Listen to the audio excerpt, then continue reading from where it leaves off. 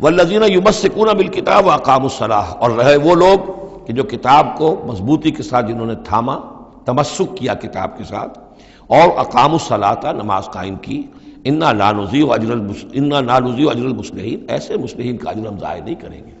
بات ہے کہ کوئی نہ کوئی لوگ تو ان کے اندر اچھے رہے، آخری وقت تک بھی رہے۔ وَإِذْ نَتَقْنَا الْجَبَلَ فَوْقَهُمْ، اور یاد کرو جب کہ ہم نے پہاڑ کو ان کے اوپر اٹھا دیا تھا، كَأَنَّهُ ذُلَّةٌ، ایسے ہو گیا تھا جیسے سائبان ہو، وَظَنُّوا أَنَّهُ واقع بِهِمْ، اور انہیں یقین ہو گیا تھا کہ ابھی ہم پر گرا کہ گرا۔ خُذُوا مَا آتَيْنَاكُمْ بِقُوَّةٍ، اور ہم نے اس وقت کہا تھا کہ تھامو اس کو مضبوطی کے ساتھ جو ہم نے تمہیں دیا ہے، اس کتاب کو مضبوطی سے تھامو، اس کو پوری قوت کے ساتھ اپنی اس کا تمسک کرو۔ وَاذْكُرُوا مَا فِيهِ لَعَلَّكُمْ تَتَّقُونَ، اور جو کچھ اس میں ہے اس کو یاد رکھو، مستحضر رکھو، تاکہ تم بچتے رہو اور تمہارے اندر تقویٰ کی روش پیدا ہو جائے۔ اب جو یہ بقیہ حصہ ہے 3 رکوع سورہ مبارکہ کے، اس میں بعض بڑے اہم مضامین آ رہے ہیں دین کے فلسفے کے اعتبار سے۔ وَإِذْ أَخَذَ رَبُّكَ مِن بَنِي آدَمَ مِن ظُهُورِهِمْ ذُرِّيَّتَهُمْ، اور یاد کرو جب کہ نکالے اللہ نے، آپ کے رب نے، تمام بنی آدم کی پیٹھوں سے ان کی نسل کو۔ اب یہ کہ یہ اصل میں تو معاملہ ہو رہا ہے عالم الارواح میں، جبکہ ابھی جسد پیدا ہی نہیں ہوئے تھے، لیکن 2 ہی شکلیں ہو سکتی تھی، یا تو لوگوں کو یہ ساری بات پہلے بتائی گئی ہوتی، عالم ارواح ہے، پہلی تخلیق یہ ہے، دوسری تخلیق یہ ہے، عالم ارواح میں یہ قول و قرار دیا گیا۔ عرب کے جو اولین مخاطب تھے حضور صلی اللہ علیہ وسلم کے اور قرآن کے، چونکہ ان کے لیے یہ چیزیں ان کی اس وقت کی استعداد کے اعتبار سے بھاری تھیں، قرآن مجید نے عام فہم الفاظ استعمال کیے۔ جب ہم نے نسل آدم کی تمام ان کی پیٹھوں سے ذریت کو نکال لیا، یعنی یہ کہ جتنے بھی انسان آنے والے تھے دنیا میں، ان سب کی ارواح جو ہیں وہ وہاں موجود تھیں۔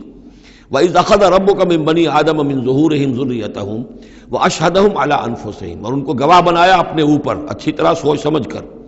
اقرار جو ہوتا ہے جس کو ہم کہتے ہیں میں بقائمی ہوش و حواس یہ اقرار کر رہا ہوں، تو پوری طرح ہوش و حواس میں سیلف کانشسنس، یہ میں آپ کو بتا چکا ہوں، ہمارے اندر جو سیلف کانشسنس ہے، خود شعوری، وہ ہے ہی ہماری روح کی بنیاد پر۔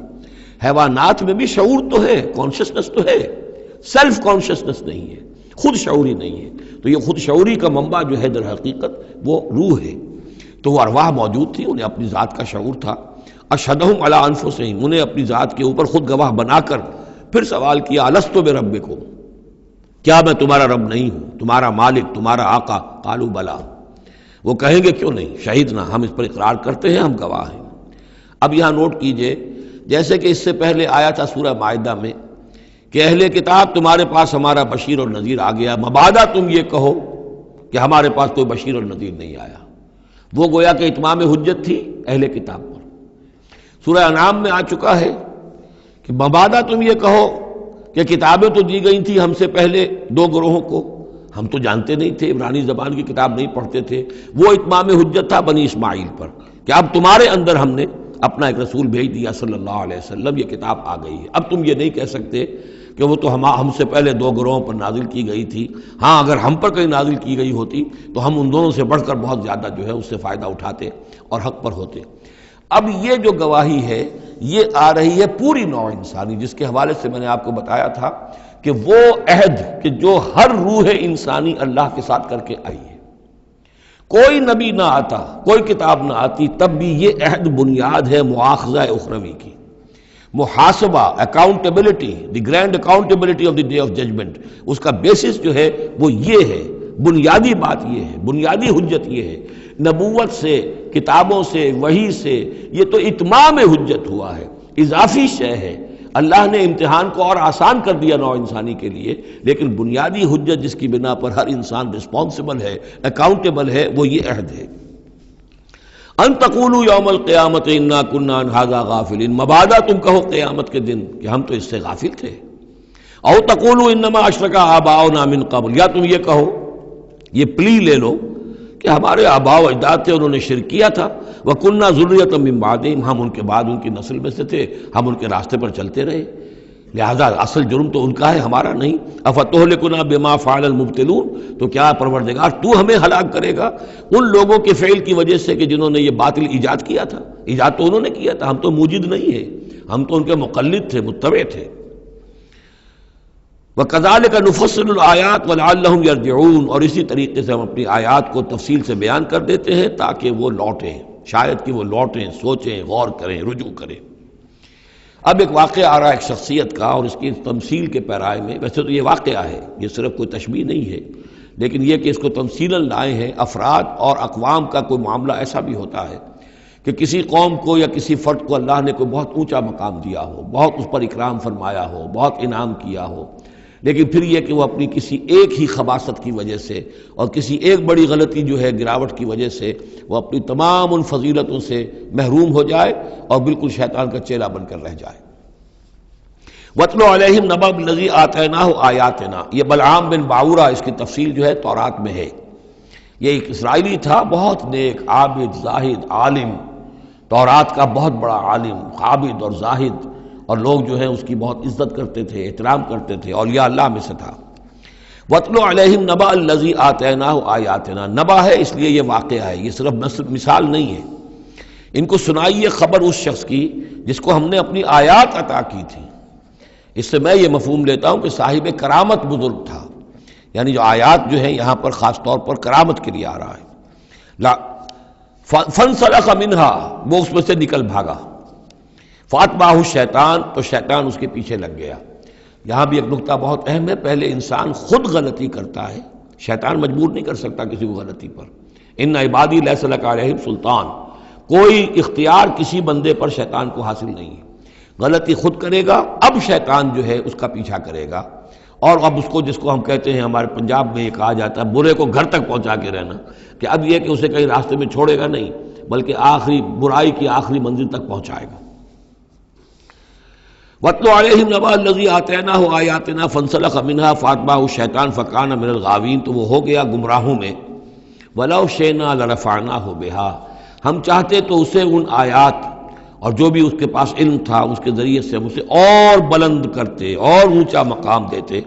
وَلَكِنَّهُ أَخْلَدَ إِلَى الْأَرْضِ، مگر وہ تو زمین کی طرف دھنستا چلا گیا۔ یہ زمین کی طرف دھنسنا کیا ہے؟ ایک ہمارا جسد ہے، یہ حیوانی جسد، یہ زمین سے آیا ہے، منہا خلقناکم، اور اس کے تقاضے ہیں۔ ایک وہ روح ہے جو عہد کر کے آئی ہے الست بربکم، ان کے درمیان کشاکش ہے۔ روح چاہتی ہے اوپر اٹھنا، کل شیء یرجع الی اصلہ، ہر شے اپنی بنیاد اور اپنی جڑ کی طرف، اپنی منبع اور سرچشمے کی طرف لوٹنا چاہتی ہے، لہذا روح اوپر اٹھنا چاہتی ہے، وہ اوپر سے آئی ہے۔ یہ جسم جو ہے، یہ ہمارا حیوانی جسد، یہ زمین سے آیا ہے، اس کی ساری توجہات زمین کی طرف ہیں، یہیں کا مال و متاع ہو، یہیں سے اس کی خوراک آ رہی ہے، یہیں سے اس کی تقویت کا سامان آ رہا ہے، ساری چیزیں یہ۔ اب یہ جو کشاکش ہے، انسان کی روح وہ اللہ کی طرف جانا چاہتی ہے، اور یہ جسم جو ہے یہ دنیاوی لذتوں میں، عیش میں، دنیا کے اندر جو ہے حلال سے حرام سے جو بھی حاصل کیا جا سکے، بابر بعیش کوش کہ عالم دوبارہ نیست۔ اب اگر کوئی شخص فیصلہ کر لیتا ہے زمین کی طرف بیٹھنے کا، تو گویا کہ اب اس نے اپنے آپ کو اللہ تعالیٰ کی توفیق سے وہ محروم کر لیا۔ فانسلخ منہا، اب وہ روح سسکتی رہے گی، احتجاج کرتی رہے گی، سسکتی رہے گی، ایک وقت میں آ کر شاید وہ مر جائے، اس پر موت وارد ہو جائے، اور وہ زندہ ہونے کی شکل میں بھی وہ در حقیقت ایک مقبرہ بن جائے یا تعزیہ بن جائے کہ روح اس کے اندر دفن ہو چکی ہے۔